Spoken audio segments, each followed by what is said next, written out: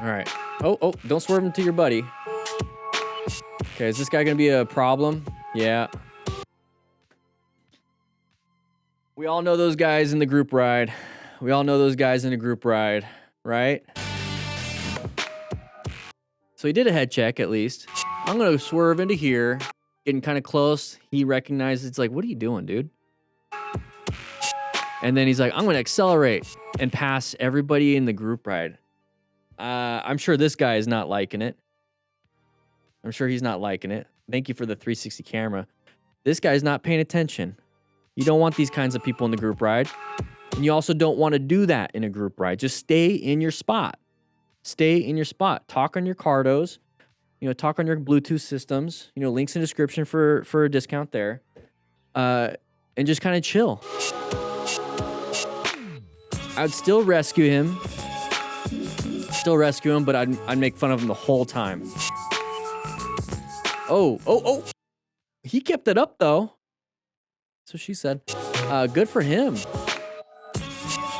Okay, so pull off, double check your bike. Let's go ahead and check on the guy.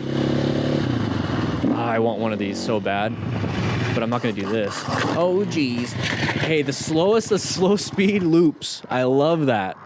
Not too bad. Mess up the fender a little bit. His butt probably hurts a little bit. Hopefully he didn't break his coccyx. There you go. Just push it right back down. There we go. 123. Now it's 117. I'm hoping this is kilometers. On the right, put the rider in a tough He's kind of going with the flow. The rider stayed Ooh. That's freaky. So having to thread the needle. So this person is switching over because they're terrible at driving. The white vehicle, they're terrible at driving because now they're wanting to take up the whole road. You see this all the time with motorcycle riders. I'm going the outside, inside, outside. I'm taking up 2 lanes to do this turn. Well, some drivers are just very terrible, and they do that naturally because they're scared. It's usually what it is. And so sometimes this happens. So at this point, you're gonna have to just roll up the throttle because applying the brakes really hard right now, especially in the turns, going to be a little bit dangerous because you're using traction for the turning. This is where trail braking really comes into play, where if you're already trail braking, you can just apply a little bit more. So you already preloaded the front tire. But then we get to this point, this is where people usually freak out. They see this vehicle, blocks their line of sight. They can't see their line. They don't know what's around this corner, so they start freaking out, slamming the brakes, doing the whole layer down thing. This person to the right is causing an issue. So this is a huge close call, not our fault. He was going with the flow of traffic for the most part. So it's not a bit like he didn't do anything other than just riding. And now we're in this situation. So this can happen to you. So now we're in this situation, doing everything right. With the idiot over here on the right, with the white vehicle. We just have normal traffic here. Thankfully, this truck driver staying in their lane because we're always scared of somebody coming out, right? Going wide. So very scary. This is why I would rather roll off the throttle and apply some progressive braking so I can get back and then maybe like have some space cushion, but we're kind of in a bad spot. So we're stuck here. So he's just navigating that thread and just going through that escape path. This is basically an escape path. We're going through it. We're going to have to just pray at this point. Maintain your line so you don't get hit, so you don't go wide and hit the white vehicle. Maintain your line so you don't go left and go into a head-on collision. You maintain that narrow aspect. And the only way you're going to do that is through training. So make sure you guys get the Smart Rider Drills. The Smart Rider Drills is on the new website right now. You're getting access to 24 drills. You're going to practice in a parking lot. You just need 10 cones. We have cones in the shop, but just 5 tennis balls cut in half is 10 cones. But the Smart Rider Drills, check it out. Get all these drills, all the expert stuff, all the easy ones, everything in a free digital download.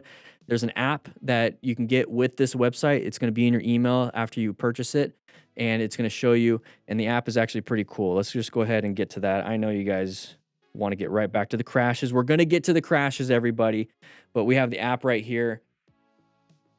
You have everything that you need. And then inside the app, there's the righty tighty. So it has a video of me doing it. You have the drill itself. Let's go ahead and pause that. And then there's a comment section on the bottom. So I want you guys to post your times and your name and the YouTube link of you actually doing it. And we're going to add you to the leaderboard for every single drill. So download the app. Super easy to use. Exactly, Kim. But we're going to get right back into it. And that's going to help you understand what you and your bike can do. Okay. How you doing, Missy? Missy, we just launched a founders membership.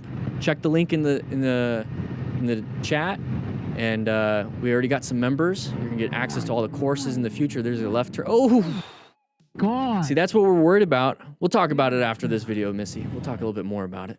So this is what I'm talking about here during that turn. You always watch out for people going wide. Got very lucky. Let's go back just a little bit more. Let's see the reaction of this motorcyclist, like as us. Okay. Also, we have phone mount discounts in the description for Rockform. Rockform's our new phone mount sponsor. So here we go. We're coming up to here. So good position for safety right in the middle. I like middle through the corners. Now, in order to do middle, you're going to have to maintain a constant speed. Maybe adjust if the turning radius is different. But I like middle because a lot of people say, oh, there's oil in the middle. No, that's usually at intersections when people are dropping it consistently. You might have a drop here, maybe have a drop here, maybe have a drop here. But if you're out at an intersection, you're having drop, and then you have all this oil. Yeah, don't be in the middle at intersections, but middle is fine in corners. It's not a big deal. Anyways, the reason why I like that is because I have a space cushion to the left, I have a space cushion to the right, and so I'm riding in here, so I'm able to swerve right or swerve left. I like middle. Especially if somebody's going to go wide and take up this space, I'm already in a position for safety, and maybe I can make a new position to the right very easily. But if I was here, I'm going to have to make a new position pretty hard.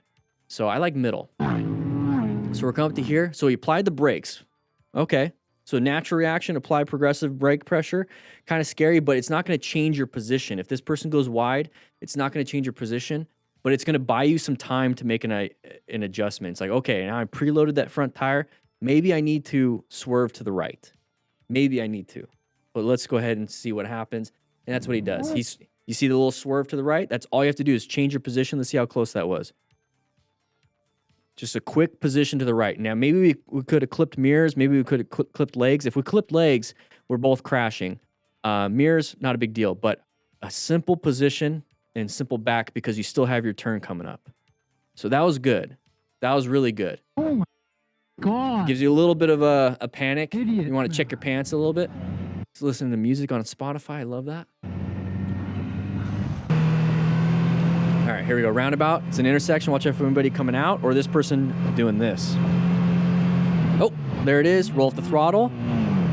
So rev bombing is pulling the clutch and giving it throttle. Now, when you pull in the clutch, it doesn't matter what you're doing with the throttle. So whatever. You pull in the clutch, you're removing power from the rear wheel, which now you're just coasting. You're just coasting. So it's now just like inertia. Was it Newton's second law?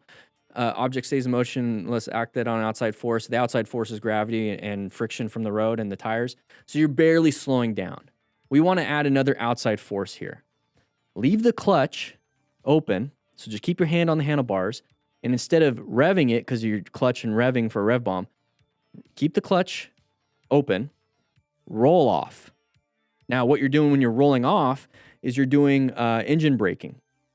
And what engine braking is doing is since you're rolling off, you're giving less power to the engine, which is giving less power to the rear wheel, which is lowering RPMs, which is lowering the rotations, which is lowering your speed because the engine is slowing down, which means the back tire is slowing down, which means that you are slowing down.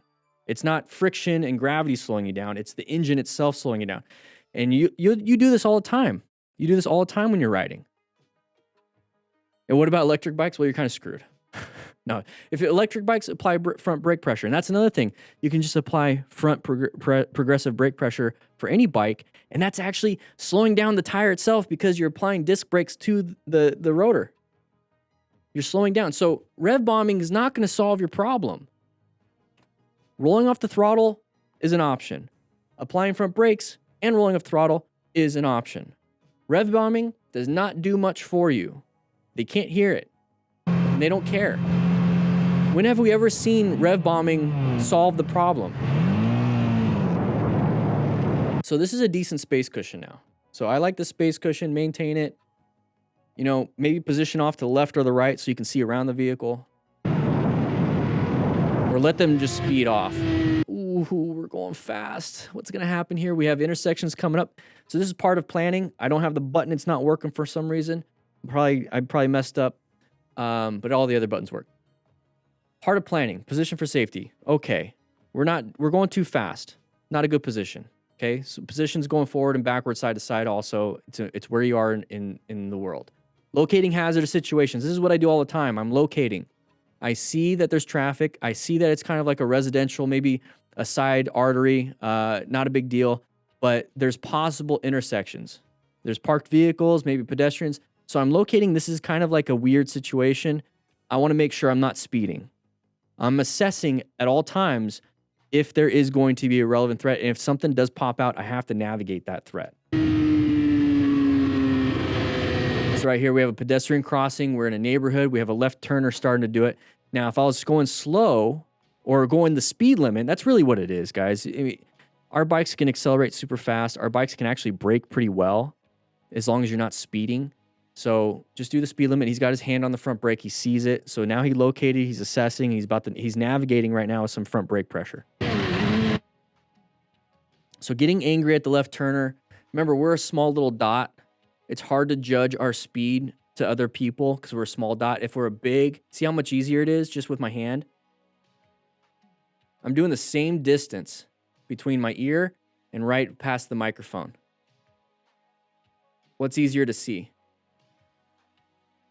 I mean, that's the thing is like they can't tell. So we have to do the work for them. We have to slow it down.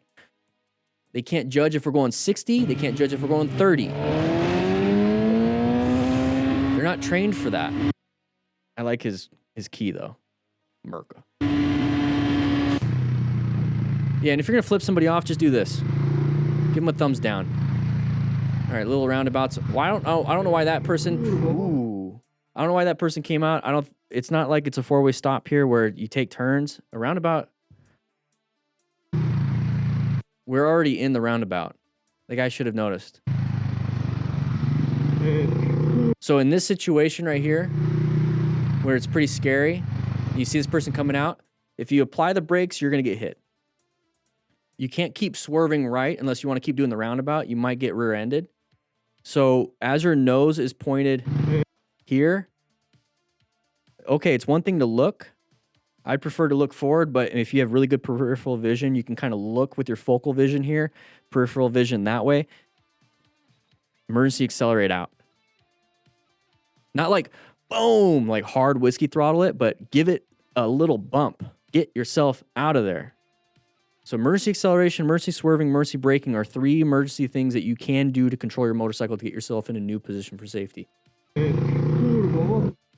There's been many times in my van and in cars throughout my life where I've had to give it gas to get myself out of a bad spot.